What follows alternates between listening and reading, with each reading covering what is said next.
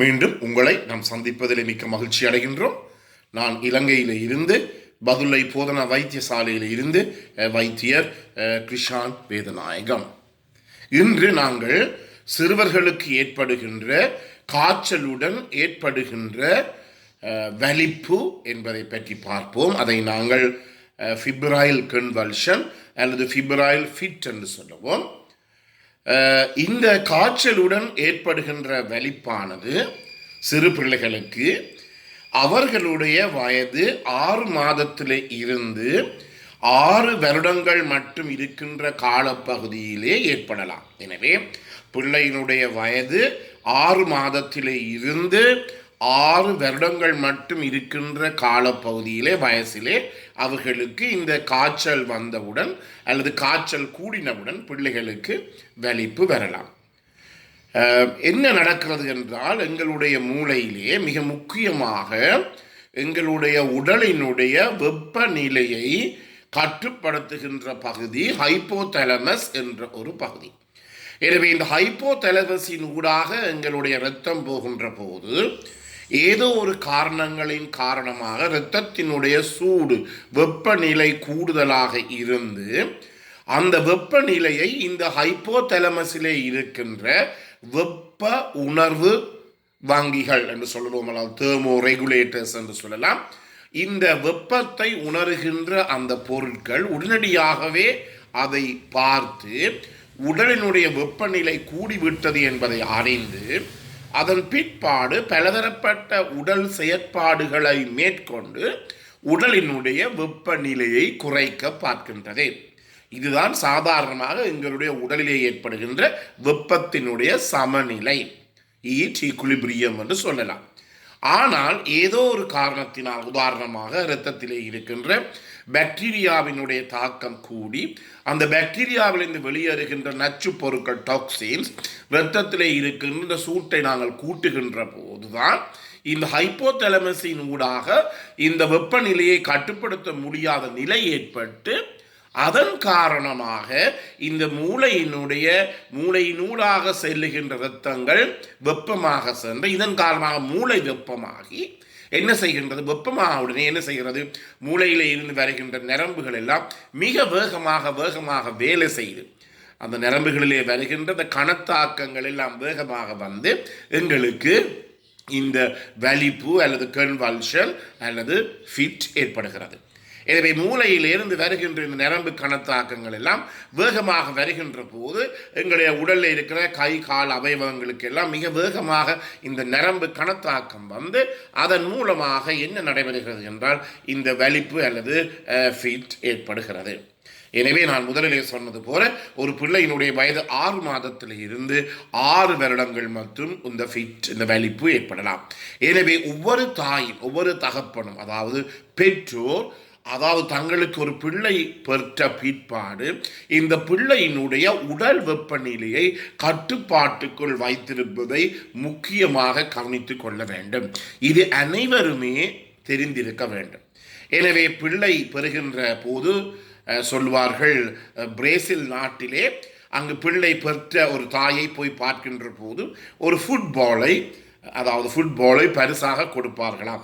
எவ்வாறு நாங்கள் பவுடர், சீப்பு, அந்த பிள்ளைக்குரிய துணி வகைகளை கொடுக்கின்றோமோ அல்லது ஓடிக்ளோன்களை கொடுக்கின்றோமோ அதே போல் இந்த பிரேசில் நாட்டிலே இந்த பிள்ளை பிறந்தவுடன் பிள்ளையை பார்க்க சென்றதுக்கு ஒரு பந்தை, ஒரு ஃபுட்பாலை அவர்கள் பரிசாக கொடுப்பார்களாம்.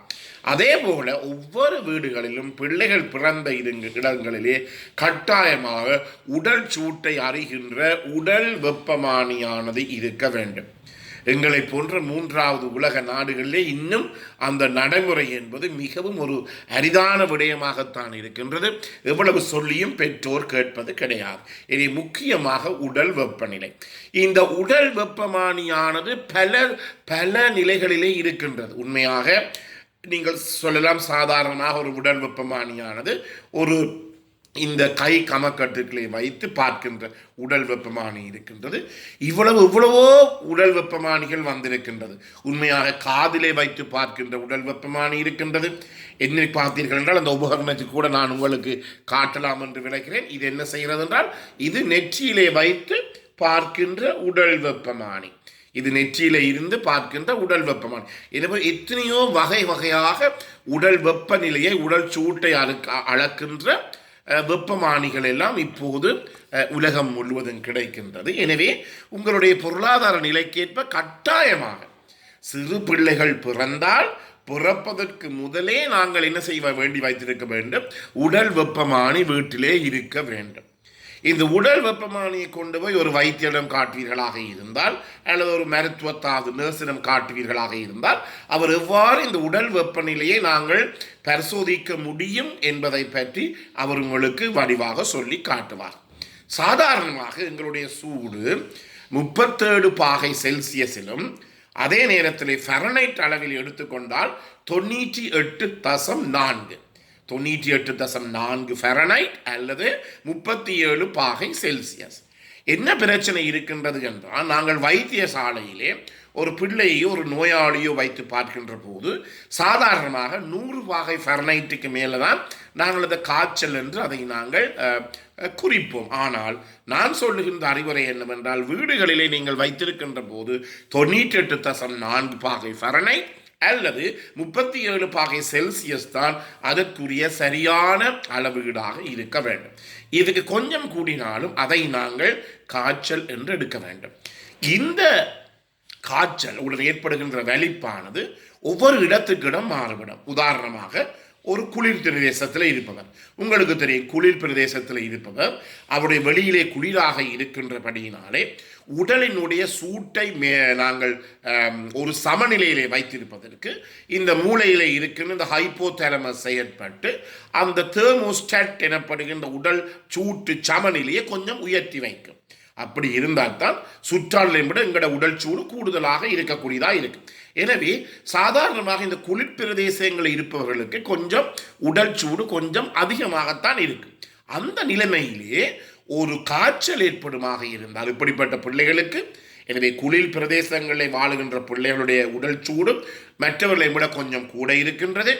அந்த கூட இருக்கின்ற நிலைமையிலே பிள்ளைகளுக்கு காய்ச்சல் ஏற்படுமாக இருந்தால் உடனடியாகவே அவர்களுக்கு இந்த வலிப்பு வரும். எனவே நாங்கள் வைத்தியசாலையில் இரவிலே வேலை செய்து கொண்டிருக்கின்ற போது கூடுதலாக இந்த வலிப்பு நோயாளிகள் இரவிலே தான் வருவதை நாங்கள் கண்டிருக்கின்றோம். ஏனெனில் இரவிலே உங்களுக்கு தெரியும், எந்த ஒரு நாட்டிலையும் குளிராக இருக்கும். குளிராக இருக்கிற போது உடல் சூடு கூடும். அந்த நேரத்திலே காய்ச்சல் வந்தால் உடனடியாகவே பிள்ளைக்கு வலிப்பு ஏற்படும். எனவே மிக முக்கியமாக நாங்கள் கவனித்துக் கொள்ள வேண்டியது என்ன? உடல் வெப்பமானி அனைவருடைய வீடுகளிலும் இருக்க வேண்டும். அது எந்த வகையான உடல் வெப்பமானி முந்தி மாறி திருப்பி பார்க்க வேண்டிய தேவை கிடையாது. நான் சொன்னது போல காதிலே வைத்து பார்க்கலாம், நெற்றியிலே வைத்து பார்க்கலாம், அல்லது கைகளிலே போட்டு பார்க்கலாம், அல்லது சாதாரண நிலைமைகளை கமக்கட்டிலே வைத்து கூட பார்க்கக்கூடிய உடல் வெப்பமானி உலகம் முழுவதும் இருக்கின்றது. முக்கியமானது ஒன்று வீடுகளிலே இந்த உடல் வெப்பமானி. எனவே நேயர்களே, இந்த நிகழ்ச்சி உங்களுக்கு பிடித்திருந்தால் இதை கேட்காதவர்களுக்கு அறிமுகப்படுத்துங்கள். இதை லைக் செய்யலாம், ஷேர் பண்ணலாம். அதே நேரத்தில் இந்த பெல் சின்னத்தை அல்லது மணி சின்னத்தை அமர்த்தி நீங்கள் சப்ஸ்கிரைப் பண்ணலாம். மேலதிக விவரங்கள் தேவை என்றால் நேரடியாக தொடர்பு கொள்ளலாம். 0094 777 35 62 45. மீண்டும் சந்திப்போம். நன்றி, வணக்கம்.